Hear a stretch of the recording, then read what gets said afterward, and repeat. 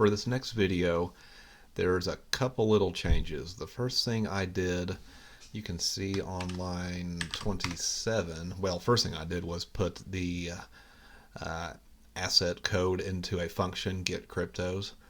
And if you look on line 27, now the CB assets are within a set comprehension. And the purpose is to filter out any cryptos which do not have an asset ID. That asset ID means it exists on the Coinbase website, like your actual account, where there were 447, I believe, but many of them could be DeFi, delisted, or even like a mobile-only asset. So what I'm doing here is filtering out the ones that I do not have access to via the API. Now, I also added a function called getPrice. Now, there's a lot of different ways to get the actual spot price of an asset.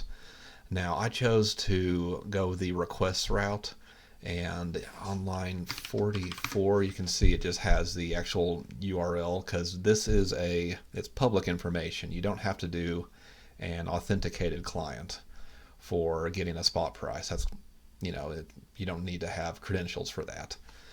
And furthermore, it's not necessarily a good thing once we were to put this in like a multi-thread or async or something, which would speed it up, to have an authenticated call, because it could just error out from too many calls in too short of a time period.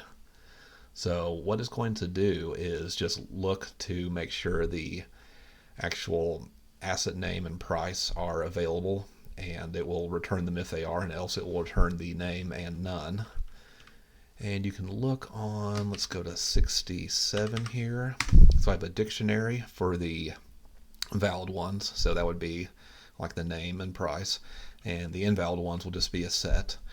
And I'm doing this the slow and efficient way. I just put it in a little for loop just to kind of show you the bad way to do it. I'm going to go ahead and run this right now, because it will take roughly 30 seconds or so to actually pull all the prices.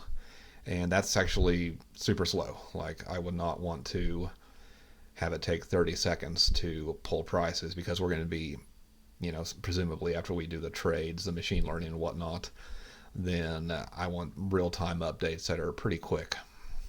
And also you can kind of see on line 80 that it's only going to output the invalid assets if they actually exist. Okay, so let's go ahead and take a look at that. Okay, yeah, so 180 Binance. Yeah, and so Coinbase went from 447 to 270. And there's still 121 which are shared. And scrolling down, we can see that all 121 are valid assets as far as Coinbase spot price function is concerned. And it took about half a minute.